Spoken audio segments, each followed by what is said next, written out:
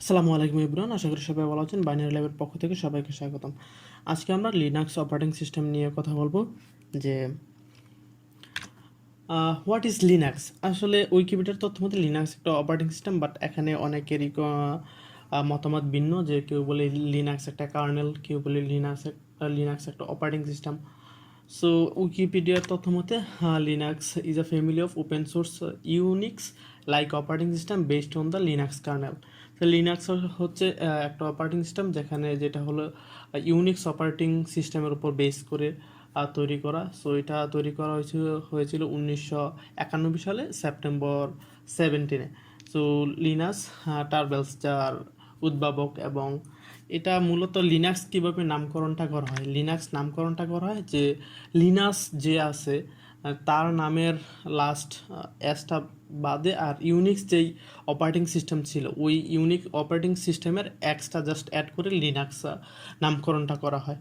তো এখানে যে কার্নেলটা তৈরি করা হয়েছিল, সো এই কার্নেলটা মূলত ইউনিক্স অপারেটিং সিস্টেমটার উপর বেসড করে করা হয়েছিল।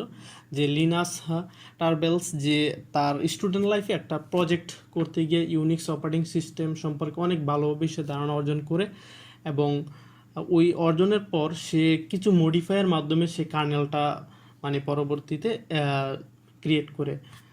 সো এরপর কি দেখতে পারি যে লিনাক্সের ডিস্ট্রিবিউশন বর্তমানে লিনাক্সের ডিস্ট্রিবিউশন 600-এরও বেশি উইকিপিডিয়ার তথ্য মতে। বাট কিছু পপুলার ডিস্ট্রিবিউশন যেগুলো আছে, যেমন বরাবরের মতন যারা ইউজ করে, এই 3টা ডিস্ট্রিবিউশন ইউজ করে। সো আমরা মূলত উবুন্টুতে কীভাবে আপনারা কাজ করবেন ওইটাই আমরা দেখব। আর এখানে কমার্শিয়ালও কিছু ডিস্ট্রিবিউশন আছে। সো এইগুলো হলো commercial distribution, Red Hat Enterprise, Linux. So এই দুইটা হলো কমার্শিয়াল।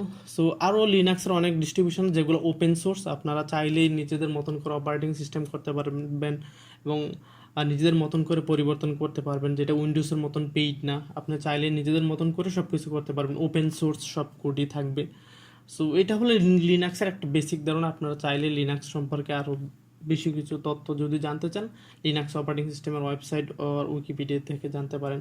সো আমি মূলত এই সিরিজে লিনাক্সের কিছু ফিচার্স নিয়ে কথা বলবো, বা উবুন্টুতে আমরা কিভাবে মানে লিনাক্সের বেসিক অপারেশনগুলো ইউজ করব। সো ওইটা নিয়ে আমরা এই সিরিজটাতে কথা বলবো।